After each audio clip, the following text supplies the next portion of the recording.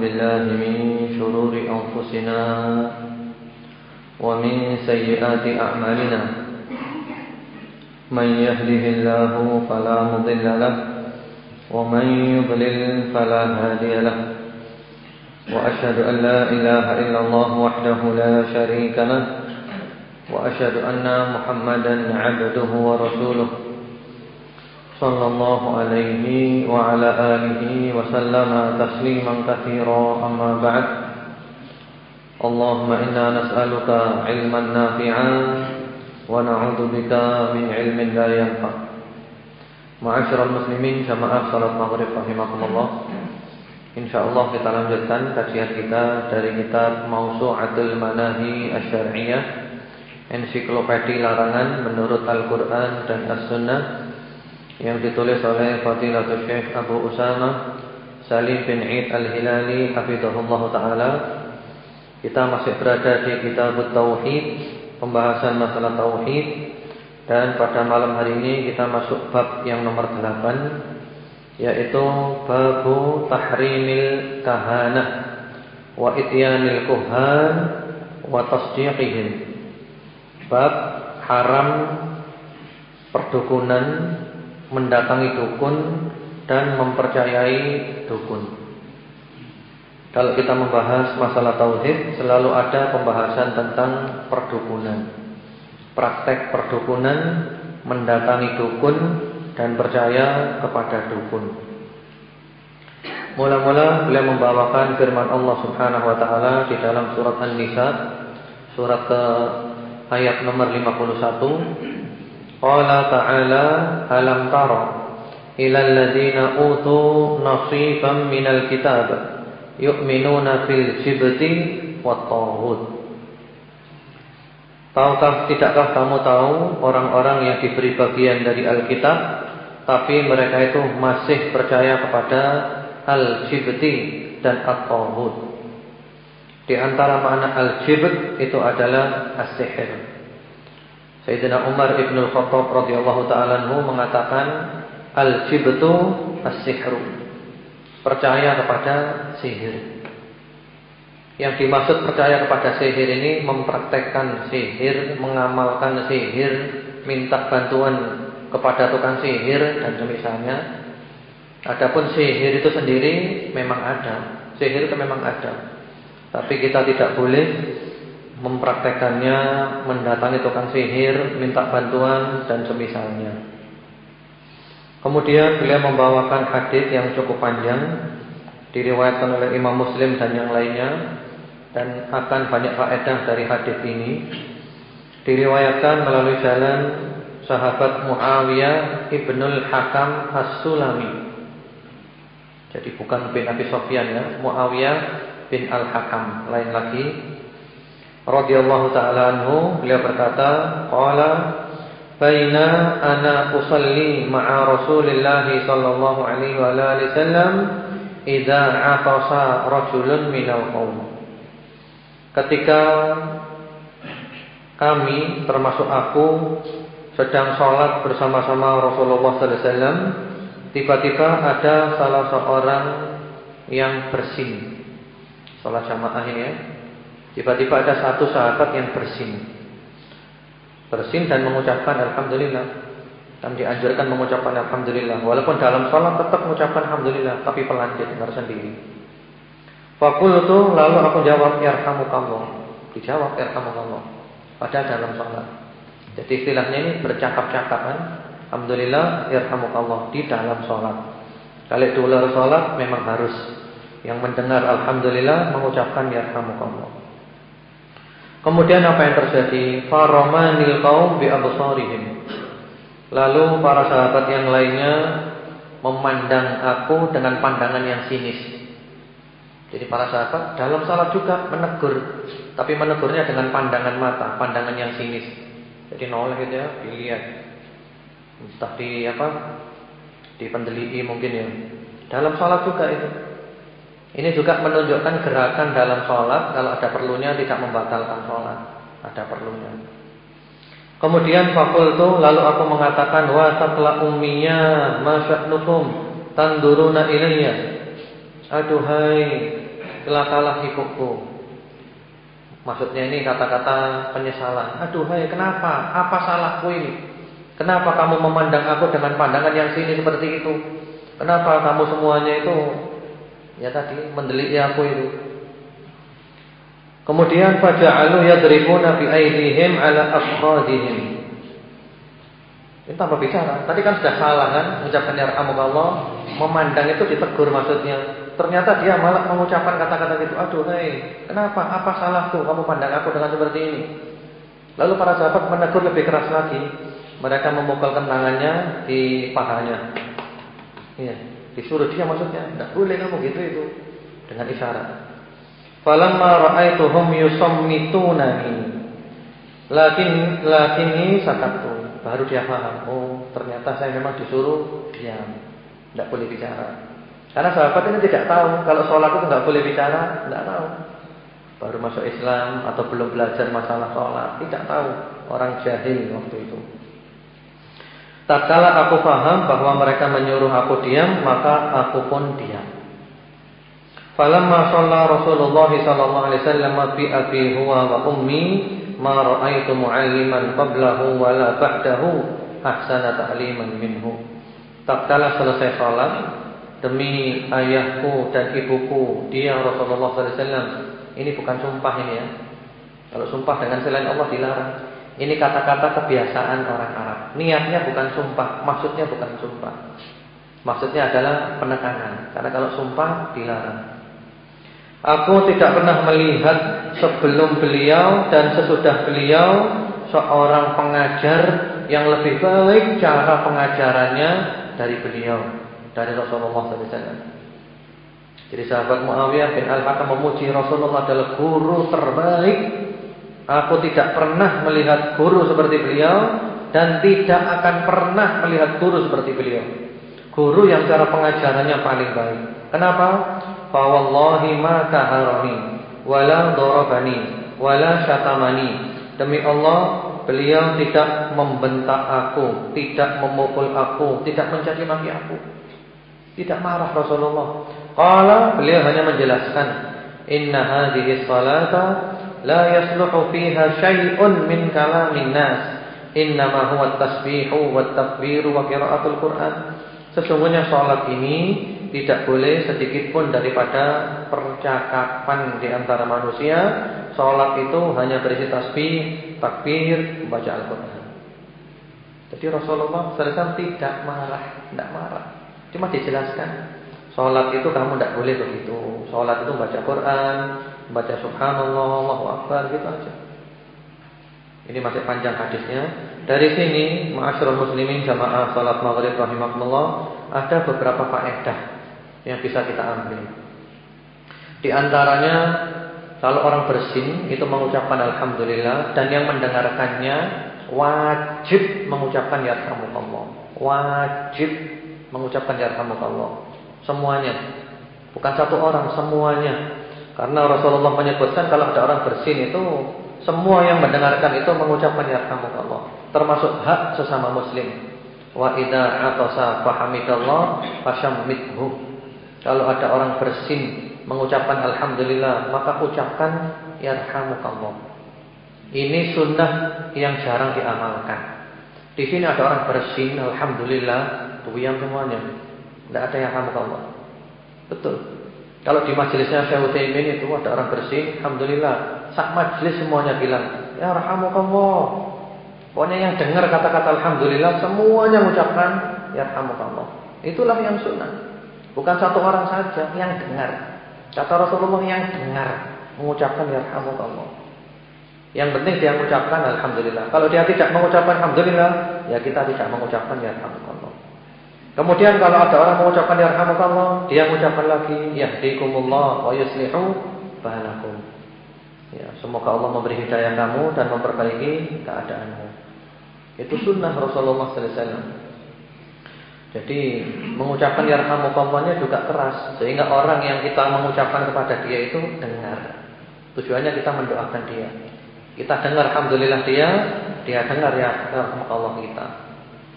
Kemudian di antara kandungan hadis ini pula bahwasanya orang yang jahil melakukan suatu pelanggaran karena kebodohan di dalam sholat, maka sholatnya tetap sah. Melakukan pelanggaran seperti di sini, berbicara itu adalah pembatal sholat, tapi dia tidak tahu kalau itu adalah pembatal sholat, maka sholatnya tetap sah. Tetap sah. Jadi orang yang melakukan pelanggaran karena ketidaktahuan, karena kejahilan, itu oleh Allah dimaafkan. Berbeda kalau orang meninggalkan kewajiban karena kebodohan, meninggalkan kewajiban karena kebodohan. Dia tidak dosa, tapi tetap harus mengerjakan kewajiban itu. Misalnya orang sholat tidak tahu kalau baca Fatihah itu wajib, lalu dia sholat tidak membaca Al-Fatihah, maka hukumnya sholatnya sah apa enggak? Tidak sah, karena dia meninggalkan kewajiban. Dia tidak dosa karena tidak tahu, tapi tetap harus mengerjakan kewajiban. Sholatnya diulang lagi. Seperti seorang sahabat yang sholat cepet-cepetan, lalu datang ke Rasulullah SAW. Kata Rasulullah, irji fasolli fa innaka lam tusalli. Ayo sholat lagi, kamu belum sholat. Sampai berapa kali baru dia ngaku, saya tidak bisa ya Rasulullah. Baru Rasulullah mengasyarkan. Jadi antara meninggalkan kewajiban dan melanggar larangan, itu konsekuensinya berbeda. Kalau karena kejahilan, ketidaktahuan, meninggalkan kewajiban dimaafkan, tapi tetap harus mengerjakan kewajiban itu, tidak gugur. Kalau melanggar larangan, ya dimaafkan, tidak kena apa-apa. Seperti orang puasa, lalu dia lupa makan dan minum, puasanya sah atau tidak? Sah. Atau dia itu puasa, kemudian dia menyangka bahwa matahari sudah terbenam, lalu dia berbuka, ternyata mataharinya muncul lagi karena kejahilan, kebodohan. Puasanya sah apa enggak? Sah. Karena dia menyangka sudah maghrib padahal belum maghrib. Seperti itu. Kemudian di antara kandungan hadis ini juga bahwasanya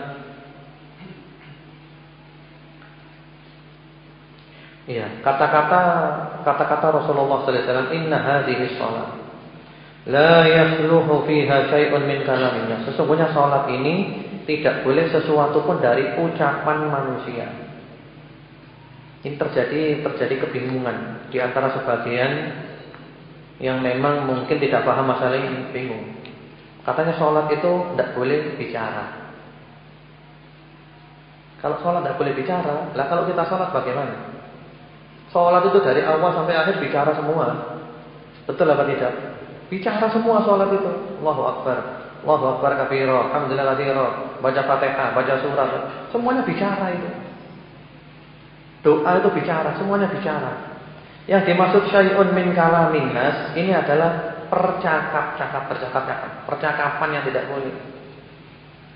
Dan di sini juga sangat tepat ketika ini bilang alhamdulillah, ini bilang ya kamu. Maksudnya adalah bercakap-cakap. Sehingga kalau hadis ini dijadikan dalil, tidak boleh doa bahasa Indonesia, tidak cocok. Hadis ini tidak cocok. Yang dimaksud berbicara di sini bercakap-cakap dengan orang. Adapun kalau berbicara, ya sholat itu dari awal sampai akhir bicara semuanya. Termasuk doa itu adalah kalamun nas, bicara. Berbicara maksudnya ya. Kemudian karena itu, kalau orang tidak bisa bahasa Arab, lalu ketika di dalam sholatnya dia berdoa dengan bahasa Indonesia, sujud doa bahasa Indonesia, diucapkan. Pendapat yang benar boleh, tidak apa-apa. Loh, kok bahasa Indonesia? Soalnya tidak bisa bahasa Arab, bahasa Indonesia tidak apa-apa. Karena ketika sujud kita diperintahkan berdoa. Aqrabu ma yakunul 'abdu min rabbih wa huwa sajid, fa aktsiru fihi minad du'a, fa qaminun an yustajaba lakum. Posisi seorang hamba paling dekat dengan Allah ketika sujud, maka perbanyaklah doa ketika sujud. Sangat pantas doamu dikabulkan ketika sujud. Doa bahasa Indonesia tidak apa-apa.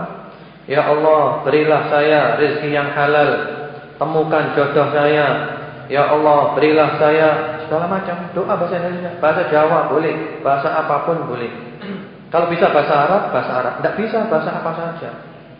Boleh. Doa fid dunya hasanah fil akhirati hasanah. Kebaikan dunia, kebaikan akhirat semuanya boleh. Di dalam sujud bahasa Indonesia diucapkan boleh. Loh kalau gitu berarti kita membenarkan suatu orang waktu itu sholat dengan bahasa Indonesia. Berarti kan kita membenarkan orang itu. Orang yang tempoh hari rame itu ya, sholat bahasa Indonesia. Berarti kan sama dengan enggak, lain. Kalau dia memang merubah sholat, merubah tata cara sholat, sholatnya diterjemahkan bahasa Indonesia. Jadi Al-Fatihah bahasa Indonesia. Dengan nama Allah yang Maha Pengasih lagi Maha Penyayang. Sampai terakhirnya ghairil maghdubi alaihim itu bukan orang-orang yang kau murka atas mereka dan bukan orang-orang yang tersesat. Semuanya mengucapkan ya Allah kabulkan. Lucu ya. Nah itu tidak boleh, itu merubah sholat lain. Jangan digabungkan dengan ini dengan itu. Kalau ini sujud disuruh doa, yang banyak doa waktu sujud. Bisa bahasa Arab, bahasa Arab. Tidak bisa bahasa Arab, semua bahasa diucapkan, bukan hanya dalam hati, diucapkan. Memang ada riwayat Imam Ahmad bin Hanbal dan para salafus saleh membenci doa dengan bahasa selain bahasa Arab, doa dengan bahasa Persia atau yang lainnya. Betul. Tapi beliau ini berbicara kepada siapa? Beliau berbicara kepada orang Arab yang bisa bahasa Arab. Lu kamu ini orang Arab, ada apa doa dengan bahasa Persia? Ya udah benci. Nah lain kalau orang memang orang Persia tidak bisa bahasa Arab, ya doanya bahasa Persia. Orang Indonesia tidak bisa bahasa Arab, ya doanya bahasa Indonesia. Bahasa Jawa boleh, yang enak dari bahasa hati. Ucapkan dalam sujud, lafadzkan. Kalau ada yang mengatakan tidak boleh, mana dasarnya, mana alasannya apa? Silakan. Kalau tetap ngotot tidak boleh, ya silahkan. Anda tidak boleh, kami bilang boleh. Selesai, gitu aja kan beres, selesai. Anda tidak boleh, monggo, kami boleh, selesai. Itu aja. Jadi di sini maksudnya la yasluhu fiha syai'un min kalamin nas, maksudnya adalah bercakap-cakap. Bukan ngomong. Kalau ngomong doa itu dari awal sampai akhir ngomong semuanya, ngomong terus. Berdoa. Kemudian di sini ma'asyiral muslimin sama salat maghrib rahimakumullah ada faedah. Faedahnya itu menyikapi antara orang bodoh dengan orang yang pura-pura bodoh. Kalau di sini Muawiyah bin Al-Hakam memang bodoh, tidak ngerti. Orang tidak ngerti mau diapakan, diajari. Berbeda kalau orang sudah mengerti melanggar. Rasulullah keras kepada sahabat itu sudah ngerti melanggar. Apalagi orang seperti dia tidak selayaknya melakukan pelanggaran seperti itu, beliau keras. Kalau orang bodoh mau diapakan? Termasuk ketika ada seorang sahabat memakai cincin dari emas laki-laki. Apa dilakukan oleh Rasulullah sallallahu alaihi wasallam? Beliau pegang tangan sahabat itu, beliau cabut cincin itu, beliau buang. Lalu beliau mengatakan, ya'midu ahadukum ala jamratin min nar, fayadhuha fi yadihi. Seorang dari kamu sengaja meletakkan bara api di tangannya. Keras apa tidak ini? Keras sekali dengan perbuatan dan ucapan. Demikian pula ketika beliau melihat sahabat yang pakai jimat, halaqah min sufrin, gelang dari kuningan. Kata Rasulullah sallallahu alaihi wasallam, kemudian beliau mengatakan inzi'ha fa innaha la taziduka illa wahdan. Law mutta wa hiya 'alaik ma aflahta abadan. Lepas sekarang juga. Tidak menambahmu kecuali kehinaan. Kalau kamu mati masih punya jimat itu, kamu tidak akan untung selama-lamanya. Keras. Jadi berbeda. Ada saatnya keras, pada saatnya adalah terpuji, lembut pada saatnya adalah terpuji. Masing-masing ada tempatnya. Keras bukan berarti kejam. Kemudian setelah itu lanjutannya hadis tadi. Qultu ya Rasulullah, inni hadithu ahdin fi jahiliyah wa qad jaa Allah fil Islam. Ya Rasulullah, saya ini orang yang masanya masih dekat dengan masa jahiliyah. Dan saya ini baru masuk Islam. Diberi hidayah oleh Allah, baru masuk Islam. Benar kan? Jadi tidak ngerti, baru masuk Islam. Subhanallah. Jadi sholat ini penting ya. Walaupun orang baru masuk Islam harus sholat. Tidak ngerti sholat, sebisanya sholat. Belum hafal Fatihah, wis yang bisa apa? Subhanallah walhamdulillah wala ilaha illallah berqadar, silakan. Tapi sambil belajar terus Islam. Fattaqullaha mastata'tum. Bertakwalah kepada Allah semampumu. Kemudian karena baru masuk Islam, belum tahu banyak tentang hukum Islam, maka beliau banyak tanya. Wa inna minna rijalan ya'tunal kuhan, qala fala ta'tihim. Ya Rasulullah, di kalangan kami ini ada orang-orang yang suka datang ke dukun. Bagaimana ya Rasulullah? Kata Rasulullah sallallahu alaihi wasallam, jangan mendatangi dukun. Jangan mendatangi dukun. Nanti ada keterangan lebih lanjut. Kemudian beliau tanya lagi, qala wa minna rijalun yatatayyarun. Ya Rasulullah, di antara kami ada orang-orang yang suka tatoyur. Tatoyur itu merasa pesimis karena mendengar sesuatu, melihat sesuatu, lalu pesimis. Waduh, jangan-jangan ada apa-apa. Jangan-jangan ada apa-apa. Tatoyur. Kata Rasulullah sallallahu alaihi wasallam, "Dzaka syai'un yajidunahu fi sudurihim fala yasuddannahum." Itu adalah sesuatu yang terlintas di hati. Maka jangan menghalangi kamu untuk melaksanakan hajatmu. Nanti kita ada pembahasan khusus masalah tatoyur. Ini penting ya, tatoyur, karena masyarakat ini banyak yang kena tatoyur. Ketika dia punya hajat yang baik, yang positif, yang bermanfaat, lalu dia mendengar sesuatu yang tidak menyenangkan, lalu niatnya itu goyang. Waduh, jangan-jangan begini. Atau melihat sesuatu, atau ada kejadian sesuatu, gelas pecah atau kesandung atau apa, tidak jadi. Misalnya orang mau pergi musafir, mau silaturahim ke tempat mana, silaturahim perbuatan terpuji, manfaat. Ketika dalam perjalanan kesandung, waduh, jangan-jangan perjalanan saya ini bakal celaka ini. Itu namanya tatoyur itu. Kalau kita tidak jadi pergi, syirik. Bagaimana caranya? Nanti ada doanya, Allahumma la tayra illa tayruk, wa la khayra illa khayruk, wa la ilaha khayruk. Nanti ada bab khusus bahas masalah tatoyur. Perasaan sial. Dalam Islam tidak ada sial. Hari sial, bulan sial, tanggal sial, angka sial, tidak ada dalam Islam. Semuanya baik. Yang penting kita taat kepada Allah, semuanya baik. Kalau kita maksiat kepada Allah, semuanya buruk. Termasuk bulan ini, bulan Shofar. Nah, ini bulan sial, kata orang-orang. Bulan sial, tidak ada. Bahkan di dalam Sahih Bukhari Muslim, Rasulullah SAW mengatakan, la Shofar. Tidak ada sial pada bulan Shofar, itu tidak ada. Masyarakat punya keyakinan bulan Shofar, bulan sial, bulan turun bala. Banyak hadis-hadis palsu. Katanya ketika bulan Shofar ini banyak balak yang turun. Palsu semuanya itu hadis itu. Jahiliyah semuanya itu. Jahiliyah. Sehingga ada istilahnya Rebo Wekasan. Rebo Wekasan. Rebo terakhir dari bulan Shofar. Wekasan. Tolak balak, ngalap berkah. Ya, Masya Allah. Nah itu syirik semuanya. Tidak ada. Islam datang berantas itu. Berantas itu. Nanti kita bahas khusus ketika masalah tatoyur. Maka dari tauhid penting. Tauhid ini menjadikan hati kita utuh menghadap kepada Allah saja, tidak pecah-pecah ke sana kemari. Kemudian qala qultu wa minna rijalun yakhuttun. Ya Rasulullah, di antara kami ada orang yang meramal dengan cara membuat garis-garis. Meramal pakai garis-garis. Qala kana nabiyyun minal anbiya yakhuttu faman wafaqa khattahu fadzaka. Kata Rasulullah sallallahu alaihi wasallam, dulu ada seorang nabi yang meramal dengan garis. Orang yang cocok ramalannya itu, maka itu hanya kebetulan saja. Yang dimaksud di sini menurut sebagian ulama adalah Nabi Idris. Itu suka bikin garis, tapi tentu nabi itu enggak meramal ya, dapat wahyu beliau, dapat wahyu. Jadi maksudnya Rasulullah diingkari. Kalau ada orang meramal, ramalannya cocok, itu kebetulan saja. Kebetulan saja. Karena tidak ada orang yang mengetahui ghaib kecuali Allah saja. Qala, kemudian minta nasihat lagi. Masya Allah ya, sahabat ini benar-benar ingin ilmu yang banyak, tanya-tanya bermanfaat. Wa kanat li jariyatun tar'a ghanaman li qibala Uhud wal Jawaniyah. Fattala'tu dzata yawmin fa idza dhi'bu qad dhahaba bi syatin min ghanamiha wa ana rajulun min bani Adam asif kama yahsabun lakinni saqaqtuha saqqa.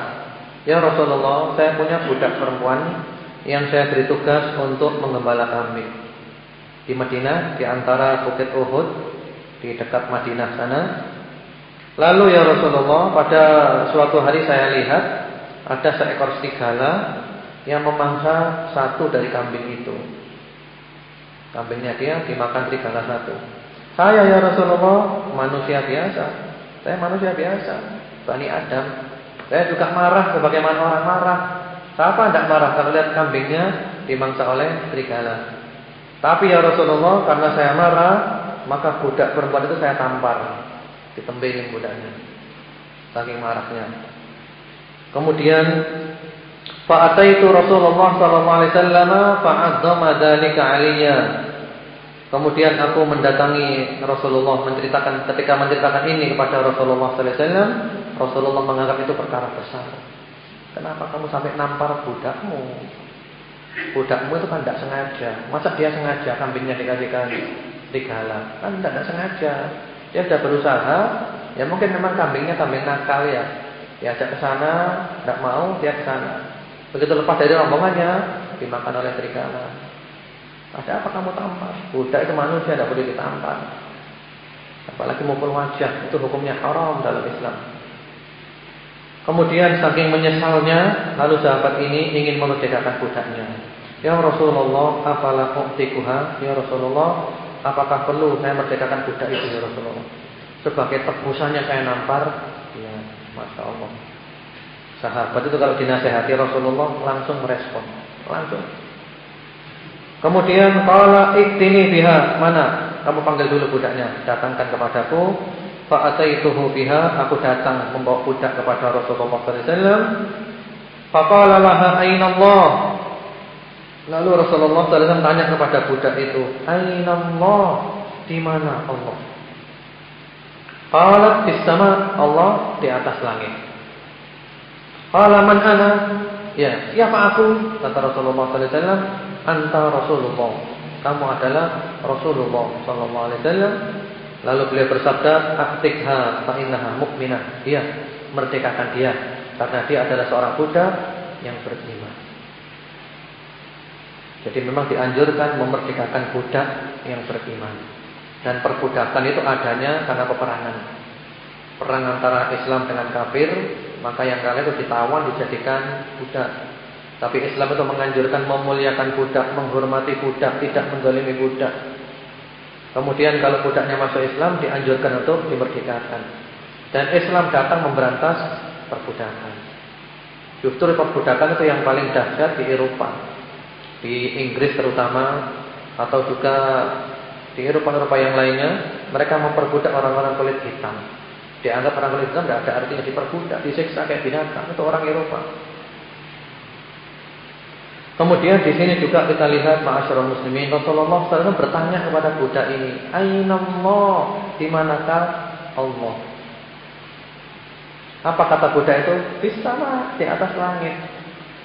Lalu Rasulullah SAW setuju. Pembahasan Allah di mana? Ini penting kita bahas. Karena kebanyakan dari kita ketika ada pembahasan di mana Allah, bingung semuanya. Kebanyakan mengatakan Allah itu di mana-mana, atau di mana-mana tapi tidak di mana-mana. Bingung enggak? Padahal dalilnya itu jelas seperti matahari di siang bolong. Dari Al-Quran, dari Sunnah, dari Ijma', dari akal, dari fitrah, semuanya lengkap, lengkap sekali. Kalau kita bahas dengan hati yang bersih ya, hati yang bersih, tidak ada fanatik, tidak ada ta'assub, tidak ada apapun. Bersih hatinya, bersihkan dulu hatinya. Pertama-tama dari Al-Quran, dalilnya banyak, secara langsung dan secara tidak langsung. Di dalam Al-Quran itu banyak ayat-ayat yang mengatakan Allah itu menurunkan kitabnya, menurunkan Al-Quran diantaranya, inna nahnu nazzalna dzikra. Menurunkan. Turun itu dari mana? Dari atas ke bawah. Turun dari atas ke bawah. Demikian pula Allah menurunkan malaikat, nunazzilul malaikata, kami turunkan malaikat. Kemudian juga Allah mengatakan tentang kisah Nabi Musa dengan Fir'aun. Nabi Musa mengatakan Allah itu di atas langit. Fir'aun tidak percaya. Lalu Fir'aun bilang kepada menterinya Haman, ya Haman ibni li sarhan. la'alli ablughul asbab as-samawat fa attali'a ila ilahi Musa wa inni la'adunnuhu kadziba. Hai Haman, bangunkan untukku bangunan pencakar langit. Saya akan ngintip Tuhannya Musa. Aku akan ngincang Tuhannya Musa. Aku yakin Musa ini bohong. Musa bilang Allah di atas. Mana saya mau ngincang. Nabi Musa bilang Allah di atas. Fir'aun tidak percaya. Kemudian juga Allah berfirman pula tentang amalan kita. Ilaihi yas'adul kalimut thayyibu wal 'amalus shalihu yarfa'uh. Kepada Allah naik ucapan-ucapan baik kita dan amal soleh kita mengangkatnya. Kemana naik itu? Ke atas. Nabi Isa alaihi salam oleh Allah ditidurkan. Wa ma qataluhu wa ma salabuhu walakin syubbiha lahum. Kemudian ayat berikutnya, bal rafa'ahu Allahu ilaihi. Bahkan Allah mengangkat Nabi Isa kepadanya. Nabi Isa diangkat ke atas. Banyak ayat-ayat pasal lagi ini banyak. Al-Quran itu penuh dengan pernyataan Allah di atas. Langsung atau enggak langsung. Apalagi juga Allah bersemayam di atas arsh. Ar-Rahmanu 'alal 'arsyis tawa. Ar-Rahman, Allah bersemayam di atas arsh. Artinya Allah di atasnya arsh. Itu ada 7 ayat seperti ini. Dan arsh itu tempatnya di atas langit. Tapi Allah tidak ditopang oleh arsh, maksudnya Allah di atasnya, maksudnya di atas. Allah tidak ditopang oleh sesuatu dan tidak dinaungi oleh sesuatu. Allah berada di atas. Seperti apa, bagaimana, kita tidak tahu. Laisa kamitslihi syai'un. Tidak ada sesuatu pun yang sama dengan Allah Subhanahu wa taala. Kemudian ayat yang paling tegas itu di dalam surat Al-Mulk, surat Tabarak, yang dianjurkan kita membacanya tiap malam, ayat 16 dan 17. Aamintum mau fis samai ay yakhsifa bikumul arda fa idza hiya tamur. Am amintum mau fis samai, dan seterusnya. 2 kali oleh ulama. Amintum mau fis sama, am amintum mau fis sama. Apakah kamu merasa aman daripada azabnya zat yang ada di atas langit? Fis sama maksudnya ada alas sama, di atas langit. Di atas langit. Ayat Quran banyak, penuh ayat Quran itu, penuh sekali. Demikian pula hadis Rasulullah sallallahu alaihi wasallam lebih lengkap lagi. Hadisnya Rasulullah sallallahu alaihi wasallam. Ada qaul, ada fi'il, ada takrir, ada ucapan, ada perbuatan, ada persetujuan. Kalau ucapan Rasulullah sallallahu alaihi wasallam sangat banyak. Di antaranya beliau mengucapkan ala ta'manuni wa ana aminu ma fis sama. Tidakkah kamu percaya kepadaku padahal aku adalah kepercayaannya zat yang ada di atas langit. Allah Subhanahu wa taala. Demikian pula ketika sujud beliau mengucapkan subhana rabbiyal a'la, maha suci Rabbku yang maha tinggi, tinggi segala-galanya, zatnya, sifatnya, kekuasaannya. Kemudian juga ketika seorang istri diajak hubungan suami istri, dia menolak tanpa sebab, kata Rasulullah sallallahu alaihi wasallam, yang di langit melaknat perempuan itu, yang di langit Allah dan para malaikat. Ucapan. Kemudian juga ada perbuatan Rasulullah sallallahu alaihi wasallam, perbuatan. Ketika beliau berdoa, terutama berdoa istisqa, minta hujan, tangannya Rasulullah kemana? Tangannya kemana? Langit, minta hujan, istisqa, ini tangannya, atas langit. Sampai kelihatan putihnya ketiak mulia Rasulullah sallallahu alaihi wasallam. Ini menunjukkan Allah berada di atas langit. Kemudian ketika Hajjatul Wada, beliau berwasiat kepada sahabat panjang lebar. Tiap-tiap selesai mengutarakan satu permasalahan, beliau mengatakan, ala hal ballaghtu? Bukankah aku telah menyampaikan? Qala bala, ya Rasulullah, aku telah menyampaikan. Lalu beliau nuding ke langit, Allahumma syahid, ya Allah, saksikan. Itulah perbuatan Rasulullah sallallahu alaihi wasallam. Demikian pula ketika Rasulullah sallallahu alaihi wasallam beliau ingin kiblatnya dipindah dari Baitul Maqdis supaya dipindah ke Ka'bah ketika beliau sudah hijrah ke Madinah. Yang beliau lakukan apa? Beliau lihat langit terus doa, ya Allah, pindahlah kiblatnya, pindahlah kiblatnya, pindahlah kiblatnya.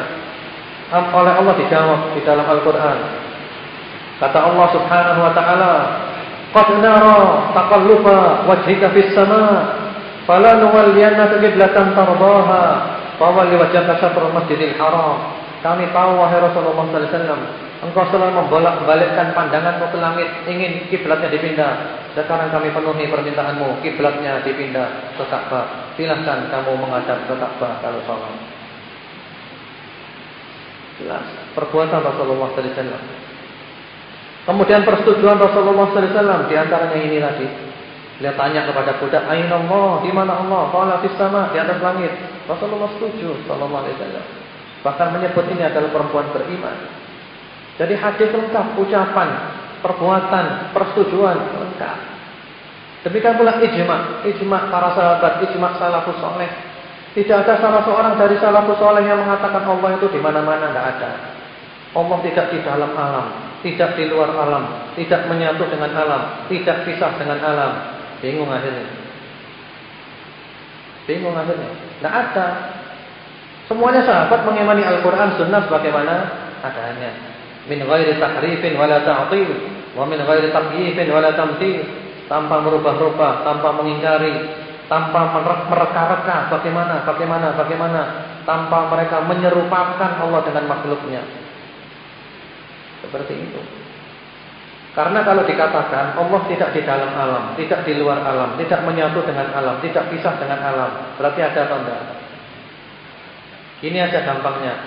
Kalau kita hendak menyebutkan sesuatu yang tidak pernah ada, tidak pernah ada wujudnya sesuatu itu, maka cara mengucapkannya adalah sesuatu itu tidak di dalam alam, tidak di luar alam, tidak menyatu dengan alam, tidak pisah dengan alam.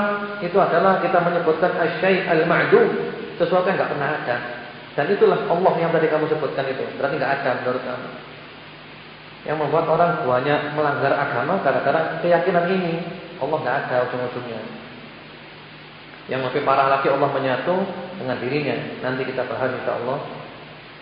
Ijma, Quran, Sunnah, ijma, akal, pakai akal sekarang. Sesuatu kalau nggak di atas, di bawah. Di atas mulia, di bawah itu hina. Akal kita pun mengatakan Allah itu lebih pantas di atas, lebih pantas di atas.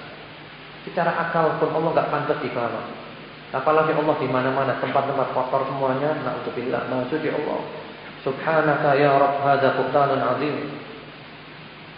Kemudian menurut fitrah, hati nurani yang masih bersih, yang belum terkotori oleh apapun, hati nurani. Ada salah seorang tokoh ulama, tapi beliau memahami Allah di mana-mana. Ayat-ayat itu semuanya diputar-putar. Namanya beliau adalah Abul Ma'ali Al-Juwaini. Ulama besar beliau, Abul Ma'ali Al-Juwaini. Padahal bapaknya itu mempunyai kitab khusus bahas Allah. Ya, saya punya kitabnya bapaknya. Hidup pada abad ketiga Hijriah. Ada kitabnya. Tapi anaknya melanggar dari ajaran bapaknya. Ayat diputar-putar semuanya. Sampai muridnya bingung. Muridnya bernama Al-Hamadani. Ini Pak Guru, ini gimana sih? Ayat ini jelas, hadisnya jelas, diputar-putar aja. Sudah gini aja Pak Guru. Sudah, tidak pakai dalil-dalil sudah. Percuma. Nanti saya bawakan dalil oleh Pak Guru, diputar-putar nanti. Tidak usah dalil-dalilan Pak Guru. Kita bicara pakai hati nurani aja Pak Guru. Ma qala 'arifun qab ya Allah illa wa wajada fi qalbihi daruratan bi talabil 'ulum. Wahai Pak Guru, tidak ada seorang pun yang kenal dengan Allah, 'arif billah, ketika dia berdoa, ketika dia mengucapkan ya Allah, melainkan hatinya condong ke atas. Betul apa enggak? Itu hati nurani, tidak bisa dibohongi. Kita aja kalau ada masalah, saya terserah yang di atas. Betul apa enggak? Saya terserah yang di atas. Itu hati nurani itu. Tidak ada orang mengatakan saya terserah yang di mana-mana. Saya terserah yang menyatu dengan diri saya. Saya terserah yang ada di urat leher sini. Tidak ada, tidak ada. Tidak jelas gamblang. Seperti matahari yang bolong sudah. Tinggal ikhlas apa enggak nerimanya. Para ulama salafus saleh kitabnya itu banyak rombongan bahas masalah ini. Sehingga mereka mengatakan kalau orang ingkari ini itu mukabir, orang sombong, namun menerima kebenaran. Mukabir, sombong. Nah terus bagaimana ayat itu wa huwa ma'akum aina ma kuntum? Allah bersamamu dimanapun kamu berada. Wa nahnu aqrabu ilaihi min hablil warid. Kami lebih dekat kepadanya dari urat lehernya. Bagaimana? Nah, sebelum saya jawab bagaimana, tolong kamu jawab yang banyak tadi itu bagaimana menurut kamu? Dalil yang banyak tadi itu Quran, Sunnah, ijma, akal, fitrah semuanya. Menurut kamu bagaimana? Ya, bingung enggak dia? Enggak bisa jawab dia, selesai. Adapun jawab pertanyaan ini gampang. Allah bersama kita, tapi dengan ilmunya. Ini bukan takwil, bukan tahrif. Ini adalah tafsir bil lazim, mendudukkan semua permasalahan. Allah berada di atas, tapi tetap Allah bersama kita dengan ilmunya. Allah lebih tahu tentang kita daripada kita tentang kita. Allah itu az-zahir wal batin. Yang zahir paling tinggi, tapi ilmunya Allah menembus sampai yang paling bawah. Itu cara mengkompromikan. Gak mungkin tidak ada cara lain selain itu. Dan ini juga cara mengkompromikan salafus saleh. Maksudnya bil ilmi, dengan ilmunya Allah Subhanahu wa taala. Bukan Allah menyatu dengan kita, maha suci Allah. Fa aina ma tuwallu fatham wajhullah. Dimanapun kamu menghadap, di sanalah wajah Allah. Iya, betul. Di mana-mana kita menghadap, ketika kita sholat, kita berhadapan dengan Allah. Tapi bukan berarti Allah di dalam masjid ini, maha suci Allah, maha suci Allah. Sama dengan kalau kita bikin contoh yang paling gampang, maha suci Allah, Allah maha tinggi, walillahil matsalul a'la. Contohnya adalah rembulan. Di mana-mana kita berada, rembulan bersama-sama kita. Kita di Malang, di perjalanan sampai Lawang, sampai Sidoarjo, mana, bulan bersama kita. Itu kalau makhluk aja bisa, apalagi Allah Al-Khaliq. Allahu Akbar, maha besar Allah Subhanahu wa taala. Bukan Allah kayak bulan, bukan. Itu sekedar contoh. Allah maha tinggi. Laisa kamitslihi syai'un wa huwas samiul basir. Seperti itu. Ini perlu didudukkan masalah ini. Kalau setelah diterangkan begini, sudah ngotot tetap Allah di mana-mana, ya sudah selesai. Kami berkeyakinan Allah di atas, kamu di mana-mana. Beres kan? Beres apa enggak? Enggak usah repot-repot. Ya, sudah, ya monggo. Kami begini, kamu begitu. Selesai. Enggak usah ribut-ribut. Nanti ketemu di akhirat, itu aja. Mudah-mudahan masuk surga semuanya. Itu aja, enggak usah repot-repot. Enggak usah menghujat ini, enggak usah. Ini yang benar kayak gini, dalilnya kayak gini. Semuanya lengkap. Enggak mau, itu sudah monggo. Jangan keyakinanmu. Enggak usah ribut, apalagi menghujat, menyalahkan, enggak usah. Percuma, enggak ada faedahnya. Sampai ini penting sekali, ma'asyiral muslimin, jangan sampai kita enggak tahu Tuhan kita, Allah Subhanahu wa taala. Ya, ini pembahasan yang dibahas oleh para ulama. Semua kitab akidah mulai dari abad pertama Islam sampai sekarang selalu penuh dengan pembahasan masalah seperti ini. Lalu ada lagi yang mengatakan, iya Allah di atas kan kita di Indonesia. Bumi kan bunder, saya di bawah sana. Nah, bawah kita katakanlah Amerika. Ada jawabannya juga. Yang jawab itu bukan kita, salafus saleh dulu. Bapaknya Abdul Ma'ali Al-Juwaini yang jawab, abad ketiga Hijriah. Bagaimana caranya? Caranya ketika kita masuk ke dalam bumi, itu namanya turun. Sampai tengah-tengahnya bumi, itu puncaknya bawah. Kalau setelah tengah-tengahnya bumi, teruskan lagi, itu naik, enggak turun. Jadi ketika masuk ke dalam itu turun. Sampai tengah-tengahnya bumi, terus, nah itu naik. Naik lagi gitu. Jadi dimanapun kita di bumi, Allah tetap di atas, tidak ada di bawah. Cuma jangan dibayangkan Allah itu kayak apa. Enggak, jangan. Kemudian juga tentang Isra dan Mi'raj. Rasulullah Isra Mi'raj kemana? Atau kemana-mana? Keliling Apollo?